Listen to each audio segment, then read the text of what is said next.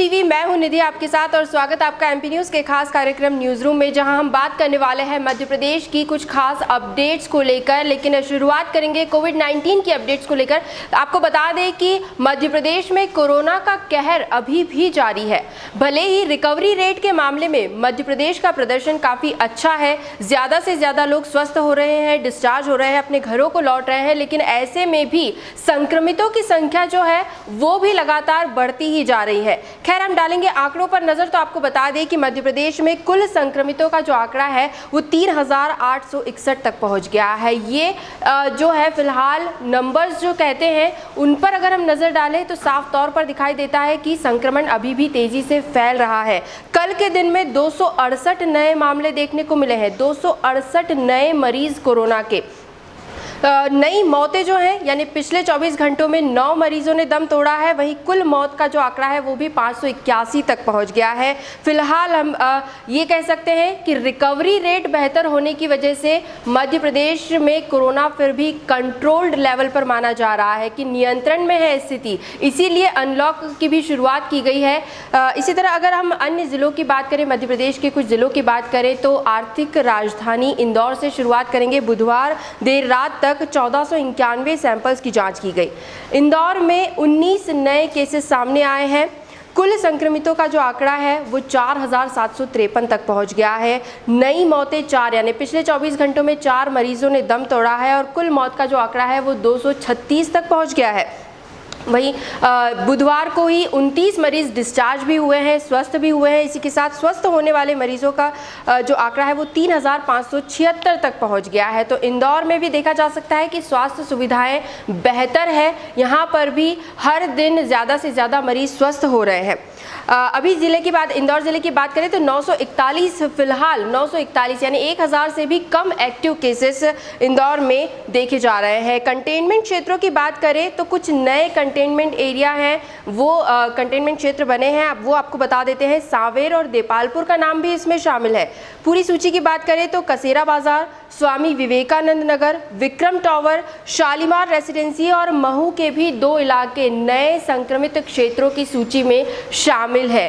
तो देखा जाए तो कोरोना जो है अब नए क्षेत्रों में पैर पसार रहा है। अभी तक कुछ पर्टिकुलर एरियाज थे जहां पर हर दिन संक्रमित मरीज सामने आ रहे थे, लेकिन अब कुछ नए क्षेत्रों से भी मरीज मिलने लगे हैं। राजधानी भोपाल की बात करें तो भोपाल में बुधवार को कोरोना के 57 नए पॉजिटिव केसेस सामने आए। सबसे ज़्यादा 13 पॉजिटिव मरीज इब्राहिमगंज इलाके से मिले हैं। कुल संक्रमितों की संख्या 3,086 तक हो गई है। 4 मरीजों की मौत भी हुई है कल के दिन में। मुरैना में 56 नए मरीज मिले हैं। मुरैना जो है वो अब एक नया हॉटस्पॉट बनता जा रहा है, क्योंकि यहाँ पर भी आए दिन जो नए मरीज सामने आ रहे हैं, जो नए केसेस सामने आ रहे हैं, वो लगभग 50 के आसपास ही बने हुए हैं। तो कल के दिन में 56 नए केसेस सामने आए और कुल एक्टिव मरीजों की संख्या फिलहाल मुरैना में 353 तक बनी हुई है। तो देखा आपने कि कोविड अपडेट्स को लेकर जो मध्य प्रदेश है वो अभी भी लड़ाई लड़ रहा है, जंग अभी भी जारी है। अनलॉक की शुरुआत ज़रूर हुई है, लेकिन ऐसे में भी संक्रमण जो है वो तेज़ी से अपने पैर पसार रहा है। कोविड अपडेट से हटकर अब कुछ अन्य खबरों की तरफ नज़र डालते हैं। बुधवार से इंदौर शहर के शॉपिंग मॉल्स खुल गए हैं, लेकिन यहाँ पर भी जो गाइडलाइन जारी की गई है उसका पूरी तरह से पालन किया जा रहा है। क्या कुछ माहौल रहा वो हम आपको बताते हैं कि मॉल्स में एंट्री लेने वाले हर कस्टमर के मोबाइल में आरोग्य सेतु ऐप अनिवार्य कर दिया गया है। जिन लोगों के मोबाइल में ये नहीं था उन्हें एंट्री नहीं दी गई है। उन्हें पहले उनके मोबाइल में आरोग्य सेतु ऐप डाउनलोड करवाया गया, रजिस्टर करवाया गया उन्हें, उसके बाद ही उन्हें इजाज़त दी गई एंट्री लेने की। एहतियात के तौर पर ऑटोमेटिक हैंड सैनिटाइज़र मशीन भी लगाई गई है, मॉल्स के एंट्री गेट पर ही लगाई गई है। सैनिटाइजेशन की पूरी व्यवस्था की गई है। इसके बाद जब एंट्री ले लेते हैं कस्टमर, उसके बाद उनसे एक फॉर्म भी भरवाया जा रहा है जिनमें उनकी सारी बेसिक डिटेल्स होंगी, यानी कॉन्टैक्ट नंबर, वे किस क्षेत्र के रहने वाले हैं, कहाँ के रहवासी हैं, उनका नाम पता, यानी ये जो एक बेसिक डिटेल्स होती हैं वो एक फॉर्म में सारी रजिस्टर की जा रही है। कस्टमर्स जो अपने साथ बैगेज ला रहे हैं उनके बैग्स को भी सैनिटाइज किया जा रहा है। वहीं एंट्री गेट पर मेटल डिटेक्टर मशीन भी लगाई गई है। सुरक्षा के इंतज़ाम भी किए गए हैं।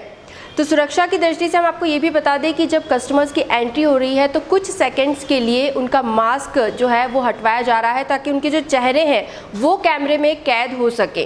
तो ये भी सुरक्षा का एक इंतज़ाम किया गया है। वहीं मॉल्स के अतिरिक्त हम आपको बता दें कि मोस्ट अवेटेड लिस्ट में था इंदौर का 56 दुकान एरिया। तो 56 दुकान भी खुल गया है, लेकिन यहाँ पर जो निर्देश जारी किए गए थे वो ये थे कि दुकानों से टेक अवे की सुविधा रहेगी, यानी पार्सल्स ले जाए जा सकते हैं। लेकिन जब 56 दुकान की सारी जो दुकानें हैं जब वो खुल गई तो वहाँ पर थोड़ा सा लापरवाही का मंजर देखने को मिला।